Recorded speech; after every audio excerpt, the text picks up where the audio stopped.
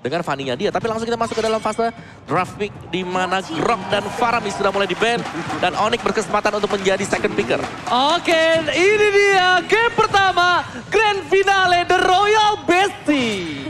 Asik nih, namanya sekarang Royal Bestie nih. Ingat ya teman-teman ya, ini dari playernya aja R7 aja udah mengatakan ini Royal Bestie. Ini menandakan persaudaraan mereka juga. Betul. Jadi diharapkan dari super fansnya. Kalau gue tuh udah yakin super fans yang offline nonton di sini, mereka semuanya adem banget. Anteng, mereka semuanya bersaudara, mereka nyanyi-nyanyi, joget-joget. Bareng-bareng di depan. Tapi buat teman-teman yang di kolom komen, yuk kita juga damai, kita bikin, kita coba ramekan hashtag respect di kolom komen. Kita ramekan, kenapa? Karena kita satu komunitas dari Mobile Legends Bang Bang Indonesia. Dan dua tim inilah yang akan mewakili Indonesia nantinya di M4. Oke, kalau gitu kolom komentar ramekan hashtag Royal Bestie. Ayo, coba. Absen, ayo bocil-bocil kehidupan. Ayo, bocil, ayo, teman-teman yuk, kita ramein yuk. Tapi Pak Polo kita akan bahas draft sedikit. Oke. Grok ditutup Keyboy, Kadita Keyboy, Fanny Kairi, Akai Albert, Faramis juga ditutup Valentina. untuk seorang Clay.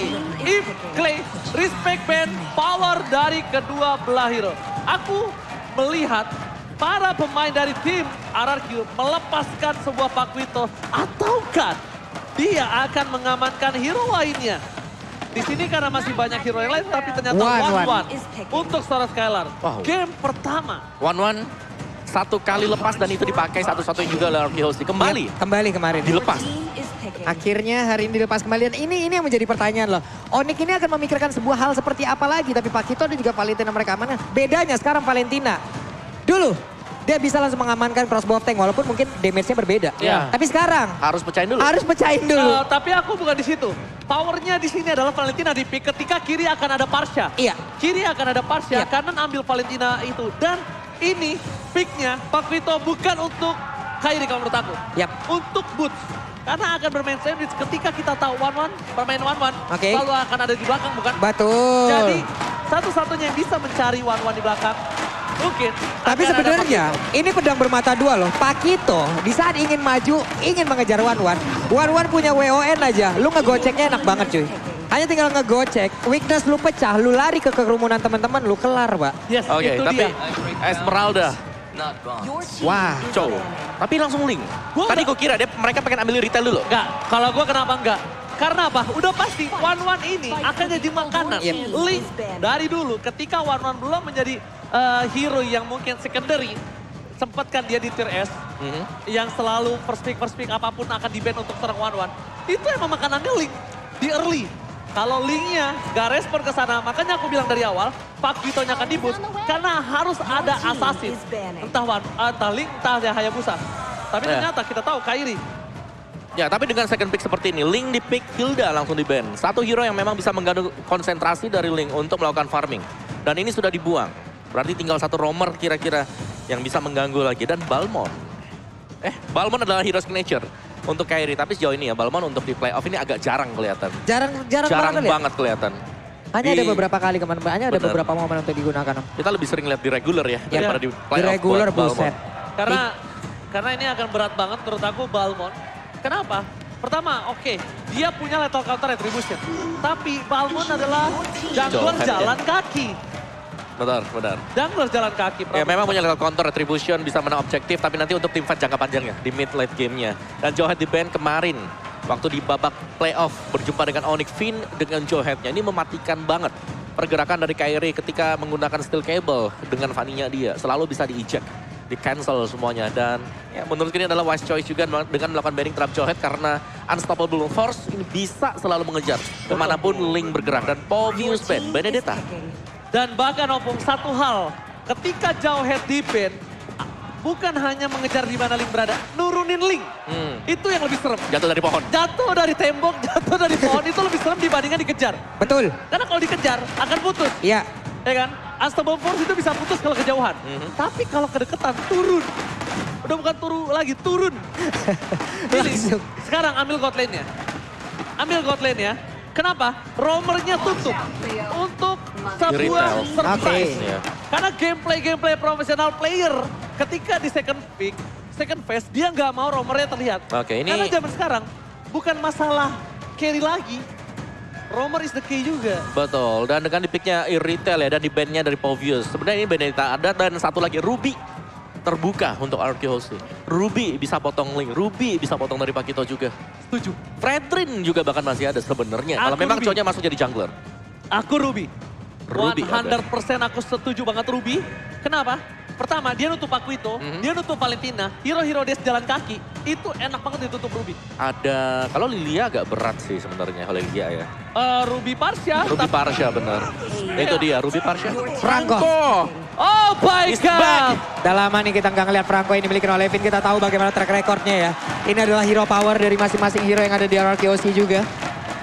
Mancing mania mantapkah hari ini? Abang Vin dan last pick for Keyboy. Kalau menurut aku pribadi, mungkin ntar lo gameplaynya dia itu agresif, Chow ditutup, Kadita nggak ada, Matilda, Franco, Akai, Akai, cancel dan stun, Romer. Apakah Digi? Mau Digi, sebenarnya kalau Digi sulitnya nggak punya badan di depan dan Lolita, itu dia. Jawaban untuk 1-1 juga. Kalau untuk Lolita, tapi Lolita di sini bukan tank yang benar-benar tank, karena ada Chow yang mengganggu nanti. Oke, ini dia.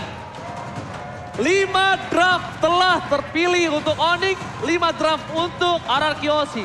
Sama-sama mengcounter, sama-sama dengan power mereka. Ingat, mereka bermain di best of 7 series.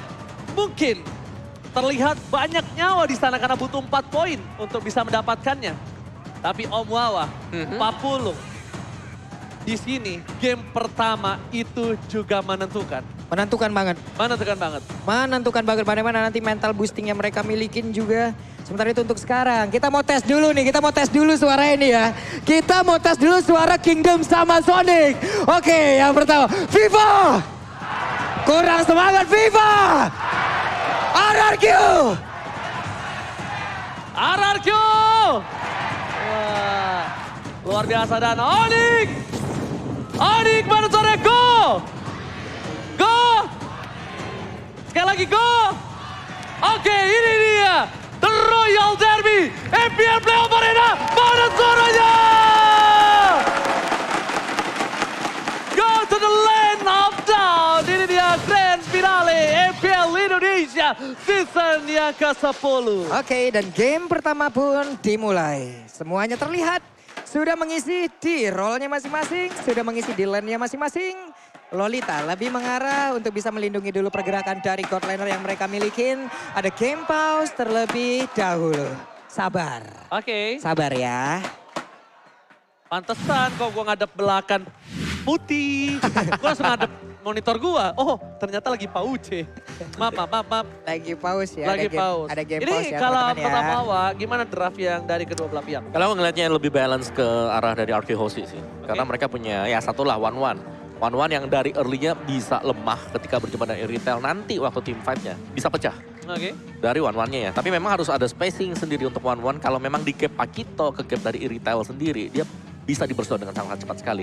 Cuman kunci permainan dari Arkehosi, dari stats mereka sendiri ya, ini adalah R7. Karena berulang kali memang R7 dengan hero XP-nya dia. Seperti kalau dia pakai Esmeralda-nya kemarin bisa melakukan zoning out. Ini akan berbahaya. Jadi Onyx mereka harus bisa menghadapi dari R7-nya juga sebagai frontlaner ya nanti di mid game. Dan juga harus bisa berhadapan dengan Parsha Chow.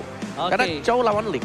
Chow-nya waktu mau diganggu juga, dia masih punya Way of the Dragon. Oke, jadi bisa dibilang secara tidak langsung untuk head to head-nya Chow sama Link ini pergi ke rental bareng si Nurul. Cakep. Awas kena mental, adu retri sama Kairul. Kairul.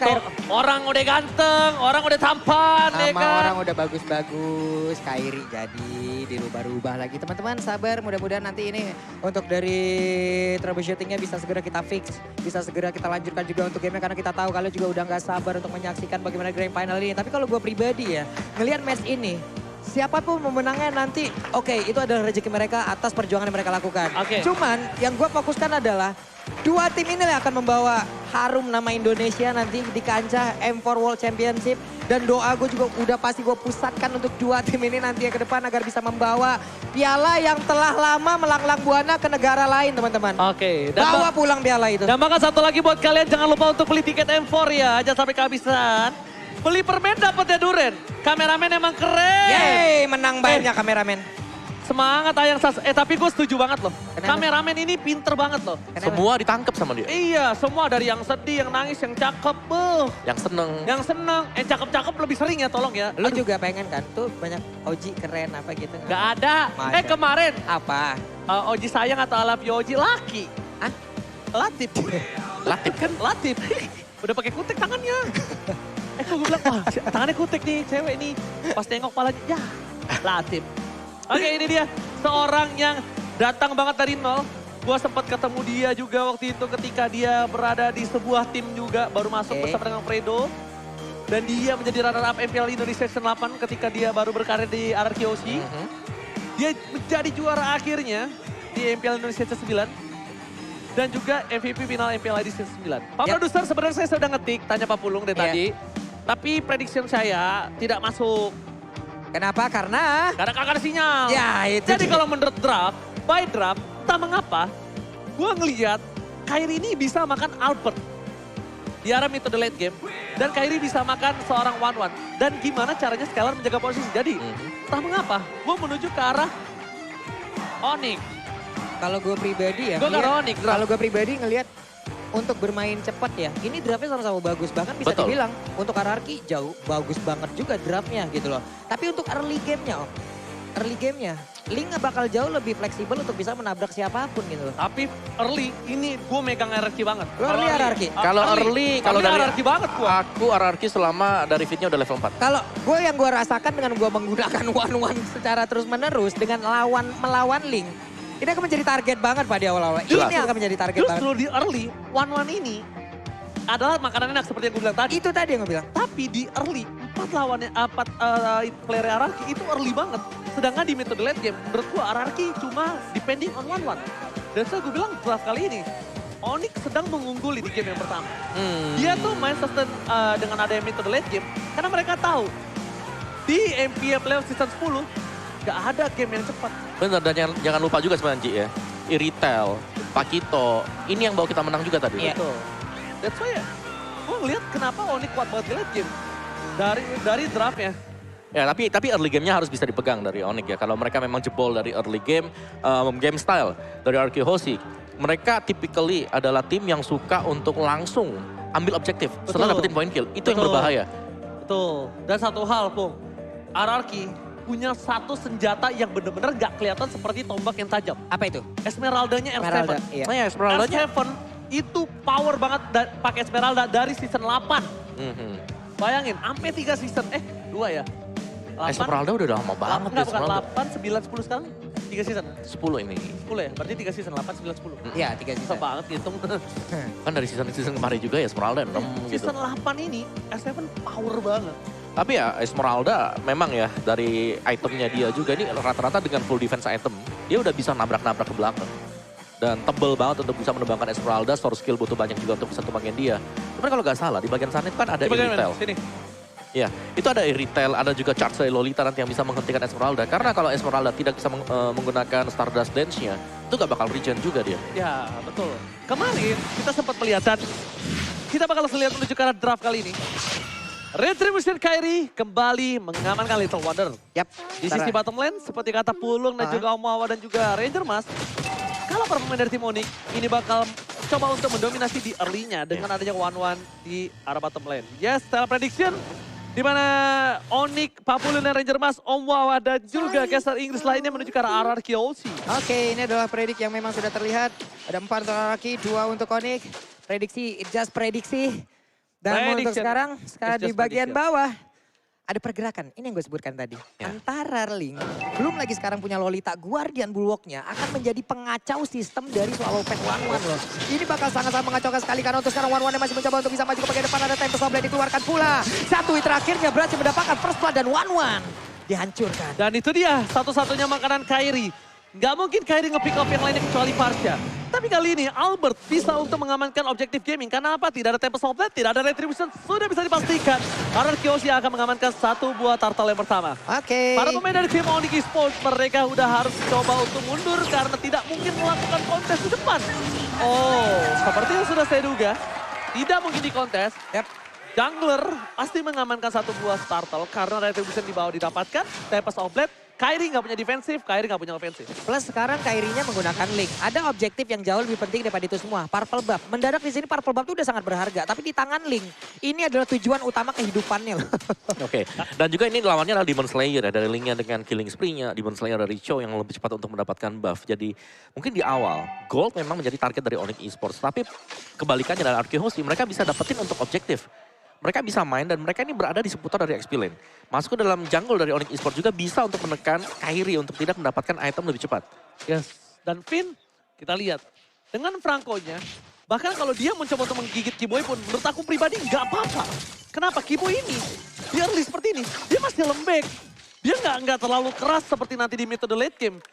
Jadi kalau misal dapat cewek atau Kiboy selama bukan Sans, nggak masalah. Dan bahkan di depan sana, Wave Dragon telah dikeluarkan seorang Albert. Tapi lihat, masih ada Purify di tangan dari seorang Sans yang tidak akan coba di follow up. Para pemain dari tim, Onyx Esports masih mau lebih. Defense terjadi, berjalan belakang. Kairi dan ternyata satu buah tempo problem. Tidak bisa diberhentikan pergerakannya. Bloody Hand sekalipun. Gak bisa membuat seorang Kairi ditumbangkan karena no source damage. Yap, dan Skylar masih sangat butuh item. One masih sangat butuh item, menambah mobilitasnya, menambah pergerakannya. Di bawah ada sebuah hal yang dilakukan di mana Parsianya mulai mendekat. Namun tadi satu Bloodhound-nya ini memang digeser terlebih dahulu ya. Belum selesai loh Bloodhound-nya tadi. Betul banget. Dan juga dari One yang kita tahu butuh item ya. Dia item dependent hero. Dan ini selalu di pressure. Onyx Esports mereka mengarah ke One. Dan akhirnya dari Finn ini harus benar-benar mengawal One-nya. Sedangkan pressure yang masuk kalau memang hanya dari Finn, dia itu single target hero juga.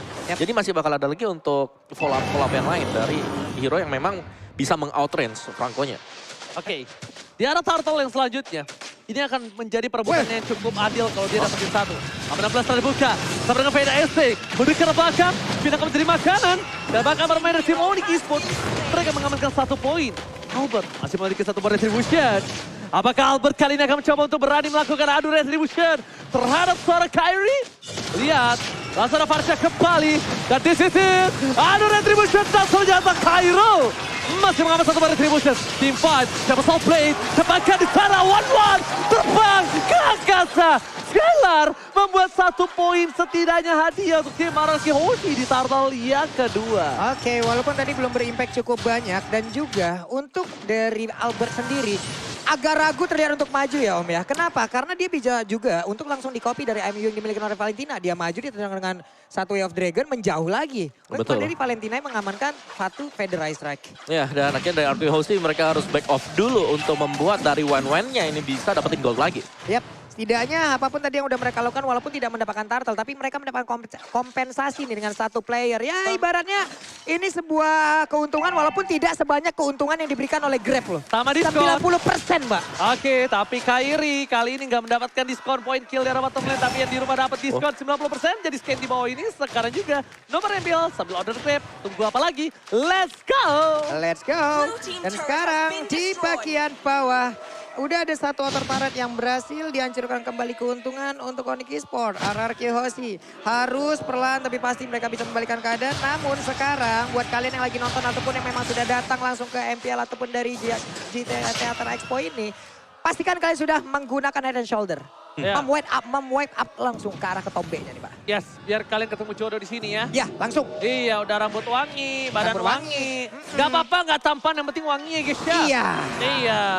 Jangan kayak gua. Kenapa cuy? Udah wangi, gak tampan, gak apa-apa, tapi Bloody Hand dikeluarkan untuk Albert. Cuma di tangan Arkehosi, tapi nomor plus. Albert take down. Dan bakal lihat seorang Kairi mencoba untuk memberikan damage kill. Look at triple kill.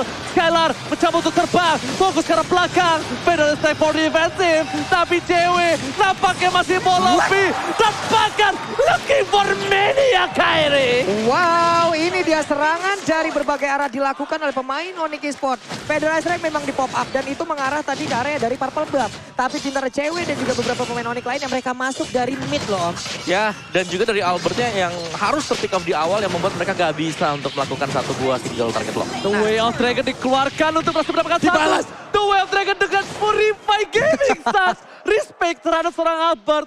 Tidak bisa mengeluarkan satu buah The Way of Dragon. Dan bahkan kita lihat dari segi retributionnya Albert gak berhasil mendapatkan orange buff maupun Wawa. Yes, masih dengan Clock of Destiny untuk Parsha ya. Jadi masih butuh item lagi Sans. Dia sudah punya Genius One, dia sudah punya Enchanted Talisman. Sedangkan dari marksman-nya masih dengan Corrosion Shard. Belum jadi Demon Hunter Sword. Ini berhadapan dengan Windtalker plus Berserker Fury. Cewek, jadi ini udah jadi banget iritelnya. Cewek mau ini nih WON. WON. WON banget dia. Dia tahu dia lawan one-one kalah. Dan kalau bisa kita bilang, dari seorang Skylar, ini alhamdulillahnya masih mendapatkan menit yang ke-7. Yep. Dia tinggal bawa lagi menit ke-10, 15, 20 dia akan bisa sustain. Dan dari Steel Lake Plate, Ada dua Steel Lake Plate. fokus ini akan menuju ke arah Blade Armor. Sudah bisa dipastikan untuk seorang dari Skiboy ini ingin sustain. Karena dia tahu ujung tombak Arkeosi itu terpaku oleh 2 player. Bukan Trisula, tapi cuma 2 ujung tombak. Ini mereka juga harus pintar-pintar untuk melakukan kalkulasi ya. Karena untuk 1-1 itu bisa aja di counter sekarang Guardian Bullock ada. Yeah. Purify juga udah bisa. Belum lagi untuk nantian Taito Winter Trenchant. Dan barusan yang kita sebutkan Guardian Bullock. Mengacaukan segala. Swallow Pet gagal. Ini juga gagal dari Iron Hook yang sudah dilemparkan. Oke. Kalau misalnya yang gue lihat ya, kalau dari seorang Sans ngambil Parsha, ini mau team fight. Dia mau agresif. Dia mau agresif banget. Dia bakal coba memasang team fight, tapi gue nggak tahu team fight-nya akan di mana. Menurut dari waktu yang ada di sini, sebentar lagi team fight itu akan ada di Lord yang pertama. Oke. Kemungkinan besar akan ada team fight besar di sana. Kalau saat ini udah ngambil ke arah Parsha. Tapi kalau ngambil ke arah The Way of Dragon, mereka akan defensif. Biasanya dia akan main defensif di purple-nya dari seorang Kairi. Yeah. Jadi bisa terlihat gameplay apa yang akan terjadi dari Onyx Esports dari apa yang diambil Sun. Ya, tapi sebentar waktu ya Onyx Esports mereka sedang agak melakukan tempo lambat. Oke. Linknya masih ada di belakang, masih farming dulu. Dari Boots-nya lah yang melakukan split push yang kita tahu. Nanti masuk ke late game juga Onyx mereka punya power. Mereka bisa memaksimalkan Link. What? Itemnya jadi. Mereka Oke. bisa ada di mana-mana. Keyboy yang dapat Keyboy armor buff dengan satu lemparan roket. Oh, Dan bahkan all in. Suns akan coba untuk menggigit kembali. Bangkit orang 91. Skylar memilih untuk mundur. Bermain dari Onyx Esports mereka memiliki 6.000 gold difference. Tapi ternyata Suns udah cepet ya. Oh dia tuh mainnya cepet. Dia nggak mau terlihat gameplaynya. Jadi ada Feather Strike dipakai, ada Bloodihan dipakai. Yap. Dia nggak mau megang lama Opung dan juga Bamboo. Oke, dan Lordnya pun sekarang tanpa adanya kontes yang begitu berarti. Tadi Flicker udah dikeluarkan pula Iya. oleh Lolita ataupun Keyboy itu sendiri. Hanya saja memang tidak kena, cuman IMU di sini bekerja cukup ekstra ya. Iya betul. Setuju. Menurutku juga dari Vin tadi terlalu cepat ya untuk dia melakukan flicker, bloodhound. Karena follow up-nya masih terlalu jauh dari belakang. Oke. Tapi itu gameplaynya Vin gak sih? Iya, tapi butuh koordinasi juga sebenarnya. Kalau sendirian, tumbang, akhirnya Lordnya gak ada yang kontes. Dengan adanya Winter, Suns Winter. ini akan coba memaksa Ngebait. Skylar terbang ke dia. Nah itu lagi Dia tuh. bakal ngebait. Ini yang tadi gue sebutin. Sekarang godaan untuk 1-1 tuh banyak banget Pak. Guardian Bullock 1, Winter 1, Purify juga. Solo petnya aja ataupun mereka mencoba untuk bisa mendapatkan minus point. Digagalin bisa juga dengan satu Purify. Jujur ya, gua kalau jadi one-one ini, target utama gua, Kairi. Karena cuma Kairi yang datang ke one-one. Ngerti gak? Gua nggak harus ngejar ke depan, Itu pun bisa di counter. Tempest of Blade Pak. itu dia. Jadi gimana caranya? Banyak. Enggak, kalau menurut gua Tempest of Blade itu enak triggernya. Lu pick fucking damage, Kairi akan dengan cepat melakukan satu buah Tempest of Blade. Tapi gimana caranya? Kairi ini nggak terpick off. Purple buff sudah diamankan oleh seorang Kairi. Menuju ke arah top lane. Pada aspek for defensive. Clay berada di tengah di poros dari tim RRQ. Wait, oh my god, Baci Mania batal! Berhasil mendapatkan Keyboy. Doang yang bagus. Terbangkan. Lihat, masuk ke Bro Kairi masih mau lebih. Dan mundur ke arah belakang. Gak bisa menyelamatkan R7. apapun. Dan bahkan R7, back to everybody! Berhasil menghasilkan big line. Walaupun ditumpahkan dari seorang Skylar. Tapi R7 setidaknya membuat Keyboy ditumpahkan. 2 untuk 2. Oke. Ini dia, R7 sudah mulai menunjukkan taringnya. Menit segini adalah area permainan, lahan bermain dari R7 itu sendiri. Satu XP laner terkuat yang ada di scene Indonesia. Yang memang sudah menunjukkan lagi taringnya nih. Oke, damage deal by Ark, di mana Suns menjadi top damage deal. Ya, dengan area yang dimiliki oleh dia, damage area Kairi juga sudah mulai menyusul di sana, tapi jangan lupakan R7. Clay. Ini bisa menjadi kombinasi untuk RQ Hoshi kembalikin keadaan. Satu Falling Star Moon yang bisa di follow up juga dengan Fedor Airstrike. Dan Stans atau bahkan mungkin dengan Marksman ya dari Iritel yang range-nya nggak terlalu besar. Kalau memang bisa terkena combo. Tapi RQ Hoshi mereka harus berhati-hati. Karena Iron Hook dari Finn tadi berulang kali ketika miss langsung dibalaskan dengan serangan Onyx Force. Dan Players Gold by OBS Gold masih untuk Kairi dan juga cewek. Oke, dan kalau misalnya kita lihat satu momen teamfight tadi yang berhasil didapatkan oleh Finn itu berhasil membuat waktu lebih lama untuk Skylar. Makin lama, Skylar makin kuat, Clay makin kuat. Yep. Dan bisa kita bilang di mana akankah cewek ini akan terkena trauma dari R7 kembali. Oke. Seperti Royal Derby di upper bracket. Tapi lihat, Waduh. Albert terperangkap tiba-tiba. Kairi masih mau lebih. Clay di belakang utama. 1-1 dan ternyata double kill didapatkan cewek. Ini bencana. Los terbuka tapi bloody hand. Triple kill. Looking for Maniac. Nampaknya R7 kalau masuk dia bisa ditumbangkan. Apakah bakal coba di ace? Oh my god, ini cukup berbahaya. Best terbuka dengan sangat bebas. Para pemain tim RQ Hoshi. Tersisa 2. Fokus ke base-nya. Ini bencana untuk RQ Hoshi. Mereka harus clear minion. Dan bahkan apakah Deden save from RQ Hoshi. Tapi nampaknya Oni berhasil mengamankan game yang pertama. Di game yang pertama berhasil diamankan